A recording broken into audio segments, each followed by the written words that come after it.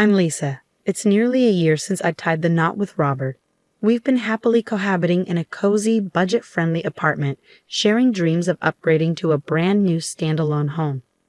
Despite his parents' residence being just a stone's throw away, they rarely drop by. Robert once mentioned, Mom prefers not to interfere in our marriage. That's why she keeps her distance, despite the proximity. Hearing this only deepened my admiration for my mother-in-law.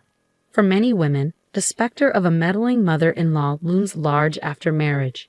Yet it seems I lucked out in that department. If meddling were to occur, I'd certainly put up a firm resistance. My folks always taught me, if someone picks on you, give it back twice as hard. Then they'll think twice about crossing you again. But it appears unlikely I'll need to engage in such battles with my mother-in-law. Thus, I could enjoy a stress-free atmosphere when it came to family dynamics. After years of dedicated work, our careers flourished, prompting earnest discussions about homeownership. It was during this time that my parents, privy to our aspirations, presented us with a compelling proposition. Should you decide to embark on the journey of building your own home, we'd be delighted to offer you a portion of our land. They graciously extended the offer. While my parents weren't affluent, a stroke of fortune from my grandfather's past had endowed them with valuable land to pass down. When they consulted my grandfather about the idea, he simply remarked, "I've entrusted it to you, so do as you see fit." Excitedly relaying this to Robert, he wholeheartedly embraced their generosity. Let's seize this opportunity with gratitude. I can never adequately express my thanks to your parents and your grandfather as well. It's his legacy, after all, he remarked, acknowledging the significance of the offer. Thus commenced our exploration into the type of dwelling that would suit us best. Weekends were spent perusing showrooms, marveling at our boss's opulent abode, and consulting with real estate agents regarding upcoming developments. Indeed, the anticipation of planning often outshines the reality of implementation, doesn't it? However, our idyllic reverie was abruptly interrupted by a phone call from my mother-in-law.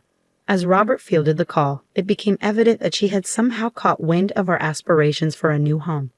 With a tone that hinted at unexpected expectations, she proposed, "If you're considering building a house, why not make it a duplex so we can reside together?" Her proposal left us both speechless. It had never crossed our minds that my mother-in-law, who had been largely uninvolved in our affairs, would express a desire to cohabit in a duplex.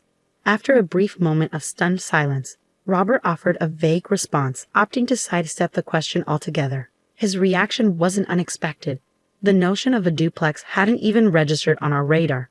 Our plans had centered around creating space for a future child, and the prospect of redoing everything from scratch was daunting. Yet, outright rejection of the idea risked straining our relationship with my mother-in-law. I shared Robert's bewilderment. We had committed to monthly family dinners at her place, and during one such gathering, she seamlessly picked up the conversation where we had left off.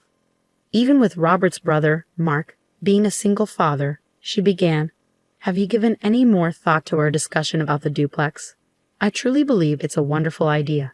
What are your thoughts? We're more than willing to pitch in financially, and selling our current place should fetch a decent sum. Plus, with kids on the horizon, wouldn't it be beneficial to have us right next door for any emergencies? It's all advantages, isn't it?" With unwavering enthusiasm, she'd embarked on a rapid-fire enumeration of the benefits of a duplex. Despite my attempts to interject, she persisted. Admittedly, her points held merit. While the prospect of assistance during the arrival of a baby and the financial offer were enticing, I held firm in my belief that my husband and I were capable of handling any challenges that arose on our own. Trusting in the support of my own parents seemed preferable to inviting potential conflict by relying too heavily on hers. As she observed my contemplative expression, she pressed on, "Is it really so dreadful to live with us? I had hoped you didn't harbor any ill feelings towards us." But perhaps I misjudged. Her tone seemed to hint at disappointment, prompting me to feign obliviousness as I hastily departed her home. Despite my evasion, she persisted in bombarding my husband daily with the same plea, leaving me feeling increasingly stressed by the relentless pressure. "What's your take on this, Robert?" I asked, grappling with conflicting emotions. The idea of living together isn't entirely unfavorable. Having our parents close by could provide a sense of security. However, I'm hesitant to sacrifice our privacy and independence. After considerable deliberation, we reached a decision to politely decline my mother-in-law's proposition. Preserving our alone time took precedence in our minds. We resolved to convey our decision with clarity, hopeful that my mother-in-law would comprehend our perspective. As we made our way to my mother-in-law's house for our monthly family dinner, we braced ourselves to share our decision with her. However, before we could articulate our thoughts, she interjected, "Oh, regarding the duplex, we've already started making arrangements." Stunned, we exchanged puzzled glances. "What?" I managed to utter, only to be interrupted once more. "And to top it off, Mark will be moving in too. You know, being a single dad is tough. Let's lend him a hand with the child. Besides, gaining some experience with children will be beneficial when you start your own family. Don't you agree? You should definitely consider it." Her unexpected announcement left us dumbfounded, and we found ourselves so taken aback that we completely lost track of our original purpose for visiting. In the face of our silence, my mother-in-law interpreted it as agreement and proceeded with the construction of the duplex, consulting my father-in-law and brother-in-law along the way. Despite our attempts to express our dissent, our concerns were repeatedly brushed aside with dismissive remarks like, "We're busy at the moment, let's discuss this later." As the plans for the duplex gained momentum, the financial burden fell on our in-laws, relieving us of a significant expense. However, the realization dawned that not only would we be sharing a residence with our in-laws, but also with my single father brother-in-law, necessitating our involvement in caring for his child. The weight of the situation bore down heavily on me, and my husband's resignation only added to my despair. "We're powerless to stop it now. Let's just accept it," he conceded, his defeatist attitude echoing my own feelings of futility. Reluctantly, we pressed forward, finalizing the blueprint and deliberating over interior details like tiles and flooring. Typically, at this juncture, we should have secured the necessary funds. However, the promised financial assistance from my in-laws was conspicuously absent. Frustrated, my husband reached out to his mother, only to be met with a request for immediate financial aid in lieu of the promised funds. "Could you cover it for me? I'll repay you within a month," she pleaded. "Fine," he acquiesced. Though the funds were unavailable at present, the project forged ahead, rendering any attempt to halt it futile at this stage. Robert and I were barely scraping by to cover the expenses ourselves, but resorting to such measures seemed unnecessary. The selfish behavior of my in-laws ignited fury within both of us. "You talk about covering the cost as if it's pocket change," Robert erupted at his mother. "Oh, come on," she retorted. "She'll pay it back in a month. Has she ever deceived you?" Suddenly, my brother-in-law interjected. Taken aback by his interference, Robert reluctantly agreed to wait for a month for the payment and began eagerly anticipating his mother's transfer. Feeling conflicted, I decided to seek counsel from my parents about the situation. The following day, I sought solace and guidance at my parents' home, grappling with the dilemma and hoping for a way to put the plans on hold. Expressing our predicament, I questioned whether we could postpone the project. In response, my parents offered a reassuring solution. "We had always intended to give you that land, and if they're committed to paying later, we'll cover the expenses," they assured me. Overwhelmed with gratitude, I sought confirmation. "Truly? Are you certain?" "Absolutely, dear. Your happiness means the world to us. Don't sacrifice your dream home for the sake of your future children. Let's not allow this multifamily arrangement to come to fruition," they affirmed, their words comforting me deeply. Touched by their unwavering support, tears welled up in my eyes. My mom, with a mischievous grin, chimed in, "Besides, if they're always around, it'll make it difficult for me to visit, won't it? And I intend to spoil all the grandkids myself." With my mother's assistance, construction progressed smoothly, and at long last, our dream home stood complete. However, a month passed without any financial contribution from my in-laws. To our surprise, they began moving their belongings in ahead of us. A peculiar situation indeed for a supposed duplex. Where was our designated space? Since the funds for a duplex were never transferred, we hadn't constructed one. Consequently, there was no room reserved for them, yet they began occupying the area we had earmarked for our future children. To compound matters, my mother-in-law proceeded to host a housewarming event, inviting her friends under the pretense of showcasing our dream duplex. It's a cozy space, albeit compact, but the garden is delightful. We're even planning to cultivate a vegetable patch. When the harvest comes in, I'll share some with you, she boasted, as though they had contributed financially to the project. Oblivious to the truth, her friends admired the house before departing. After their move-in and a period of settling, 2 months elapsed with no payment from my in-laws. Despite Robert's confrontations, their response remained the same. Soon, very soon. This pattern persisted for 3 months, then half a year, without any change. To exacerbate matters, my mother-in-law abruptly declared, "We've decided against selling our house. Instead, Mark and his children will reside there," making it clear she had no intention of honoring their financial commitment. Yet, I wasn't taken aback. My husband and I had previously speculated that she had no intention of paying us. Then came her audacious request. "I've noticed the house feels a bit crowded with you two living here. Would you mind vacating? I occasionally have friends who want to stay over, and I'd like the flexibility to use the space as I please. Doesn't that sound reasonable?" In response, Robert's tone grew firm as he asserted, "That wasn't the agreement. Why should we have to leave our own home? Both of you are employed and rarely at home. Besides, since you don't have children, it shouldn't pose an issue. Moreover, Lisa's family is affluent, right? Surely you can afford to build a new house." I was left speechless by my mother-in-law's brazen remarks, and my husband shared my disbelief. "You haven't fulfilled any of your financial commitments as promised. Did you ever intend to?" he challenged. What choice did I have? "I wanted to provide a home for my son, a single father, and his precious children," she retorted, growing increasingly agitated. Realizing the futility of the situation, we retreated to our bedroom that night to discuss our options. If this continues, my mother and her family will undoubtedly attempt to evict us and take over the house. I voiced my fears. "Sadly, I think you're right," my husband concurred, his frustration evident.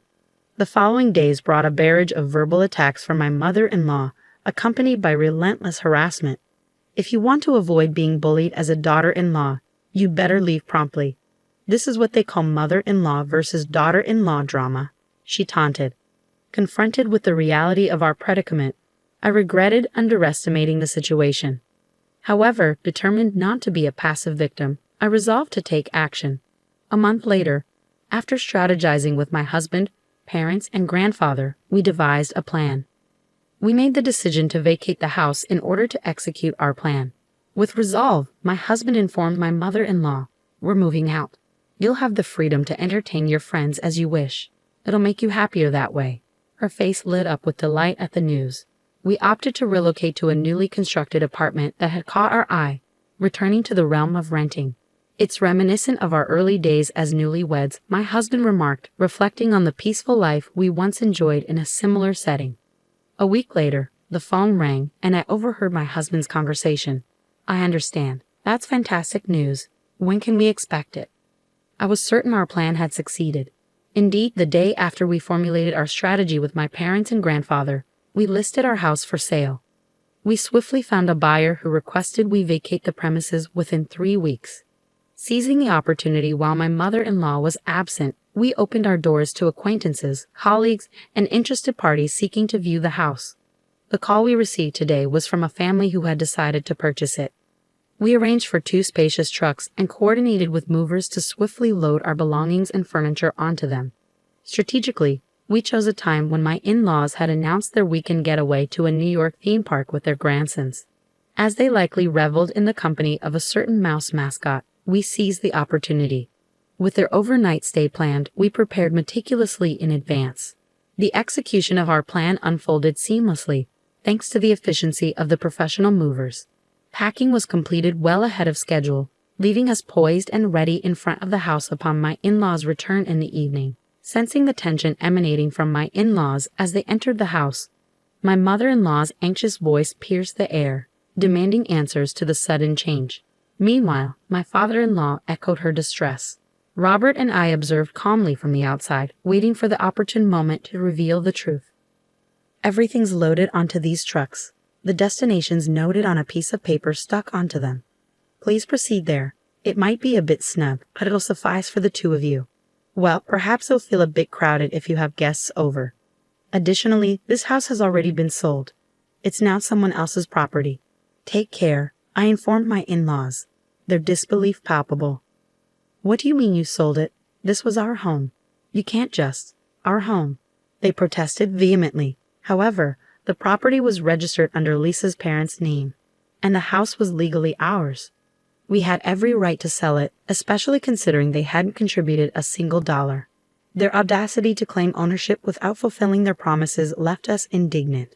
In the face of their stunned silence, Robert delivered a final decree before our departure. We've managed things thus far, but unloading is your responsibility now. Surely you can handle that much. Their feeble protestations of financial incapacity were met with a revelation.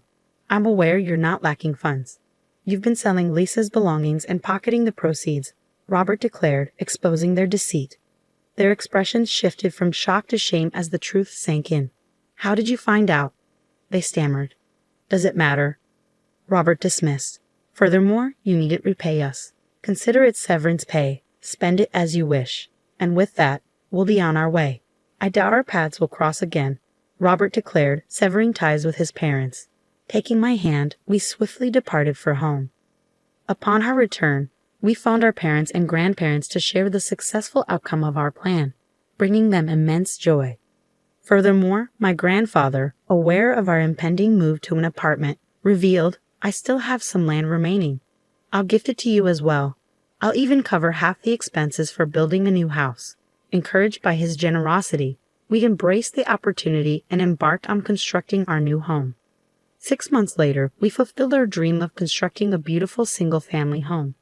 Nestled a bit away from the bustling city center, we enjoy the crisp air and the warm hospitality of our neighbors. Our hearts brim with contentment. As for my in-laws, their whereabouts remain a mystery. It appears they reached out to my parents seeking financial assistance. Additionally, they approached their son, who is set to remarry next year, hoping to live with him, only to be met with a firm refusal due to his future wife's plans. When my parents were approached, they firmly declined any involvement with our family matters, setting clear boundaries. Robert expressed his regrets to my parents for his parents' actions, but they reassured him, saying, "From now on, we're your true parents. Lean on us as much as you need, my son." Anticipating potential future challenges, my parents advised us to install a home security system for added peace of mind. We find solace in knowing that my parents are prepared to refuse entry to his parents should they attempt to visit. Additionally, we've welcomed a guard dog, a small, adorable puppy, into our yard. Their mere presence should deter any potential intruders. With these precautions in place, we can finally bid farewell to any interference from his parents. This marks the start of a fresh chapter for us. In the coming years, we envision building a joyful family, complete with children.